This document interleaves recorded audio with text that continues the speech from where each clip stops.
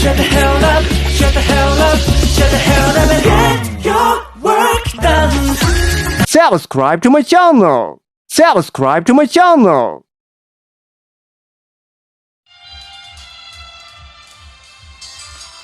Magandang hapon sa inyong lahat mga kahandusanan. Live tayo ngayon sa aming kahandusanang istasyon na hindi pa narehistro. So ngayon mga kahandusanan, may liter cinder tayo ngayon na taga Magallanes, Agusan del Norte. Ngayon mga kahandusanan, ito po ang kanyang sulat. Dear Ate Laika Bern, ako nga pala si Carlota na nakatira sa Magallanes, Agusan del Norte. Ate Laika Bern, ang problema ko po itong pamilya ko na hindi ko maintindihan ang mga ugali. Maganda lang sila, Tilay Kabern, kung may pera ka. Pero pag wala ka ng pera, wala ka ng trabaho, iba na ang ugali na pinakita nila sa akin. Karon at Tilay Kabern, naglibog ko sa ilahang kinaiya. Usa ako ka OFW sa Dubai, 8 years. Ako nga nagtrabaho dito sa Dubai. Todo support ako sa ila sa sulod sa 8 ka tuig at Tilay Kabern. Tanan akong gihatag sa ila. Tanan gipangayo akong gihatag sa ila. Sa panahon na abot og 8 ka tuig ko nga gikan ni abroad,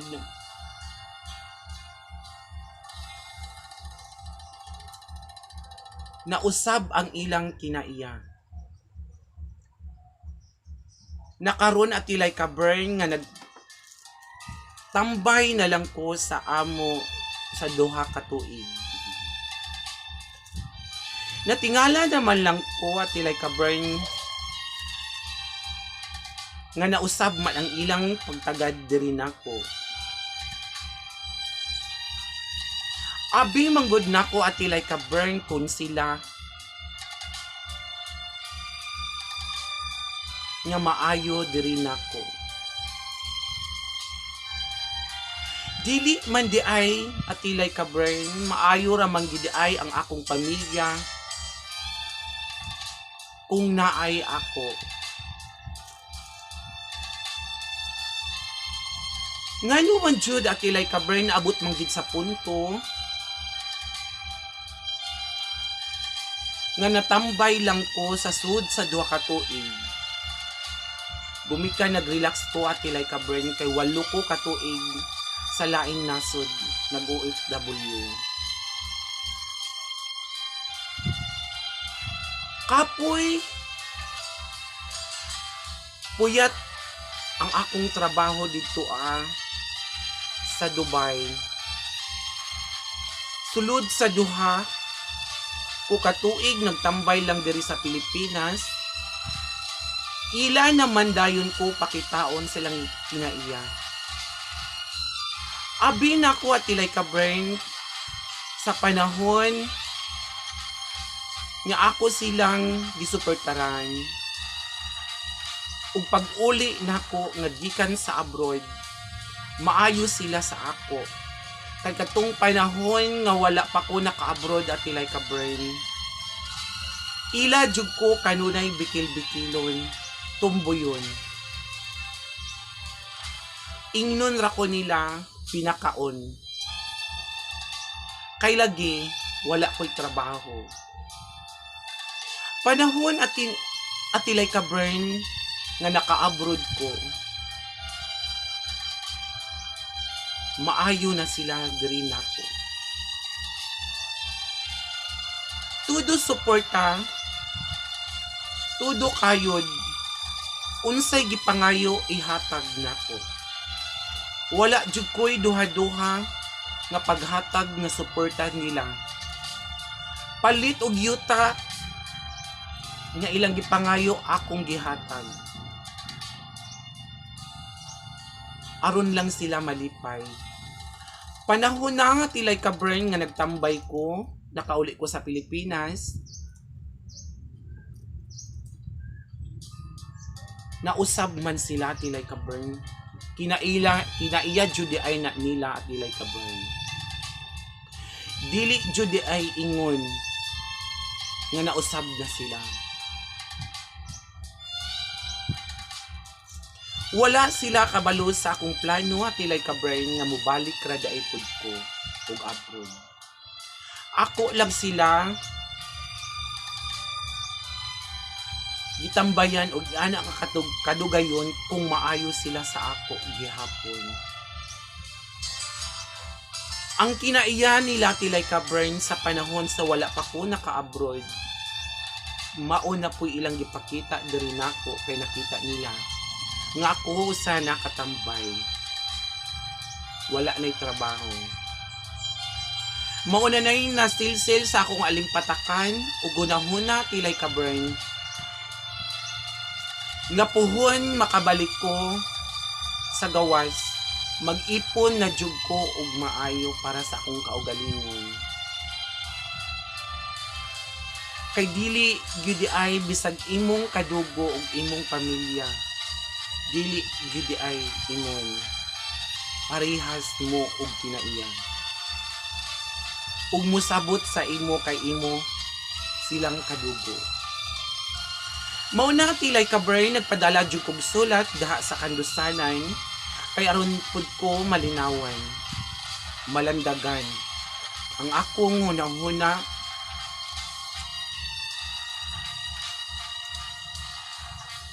kay bisan tuod dako kog gikatabang sa ila tilay kabray na stress gihapon ko. Gumikan sa ilang ginapakita sa ako nga dili maayo. Moni karon na tilay kabern, ni testing ko og padalag sulat di sa kandusanan aron matagaad kog pagtagad. At tilay kabern, maayo ba kini ang ilang gibuhat diri nako? Nga grabe man akong suporta sa ila sulod sa 8 ka tuig. Karon na tilay kabern, gitistingan lang nako sila kung maayo pa ba gihapon sila nako nga kung naakoy kwarta o wala. Pero at tilay kabern, nakita gyud nako di ay maayo lang sila sa naakay kwarta. Lisod jud di ay ning pamilya nga naong og kwarta. At tilay kabern, maura kini ang akong sulat. Dagan salamat and more power sa inyong istasyon sa kandusanan kang Ati Laika-Bern. Mangayo ko gamay advice diha nimo Ati Laika-Bern. Daghang salamat sa pagbasa sa akong sulat. Maayong hapon da nimo Carlota na taga Magallanes, Agusan del Norte. Ang problema nimo Carlota, may tungod kini sa imong pamilya nga maayo lang ug naay imo pero sa panahon nga wala na ka dili sila maayo diha nimo. Ang angay nimo buhaton Carlota no, kay pamilya man jud na nimo. Isa gipakitaan na nimo sila maayong pagtagad. Wala gihapon sila nilang tagaig bili ang imuhang mga serbisyo para diha nila. Ang angay nimong buhaton anak Carlota mara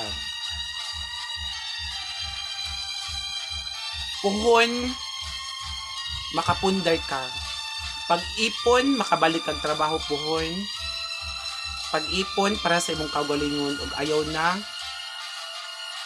palabii pagsuporta imong pamilya, pag-ipon para sa imong kaugalingon. Lisod man pud og Carlota og imo silang awayon, pamilya man na nimo. Bisan magkaunsa-unsang panahon, imo na silang pamilya. Pag-ipon na lang para sa imong kaugalingon. No? Ana na. Unya, pagkaugalingon, bisan tukod single ka, maayo nang naakay kaugalingon para wala na'y magbuot nimo. Ano? Pag-ipon pohon kung makabalik ka.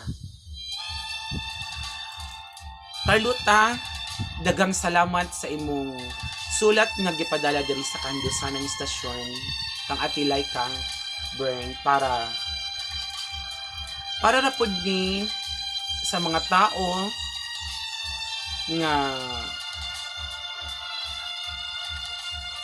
makakita ug makadungog sa imuhang sulat,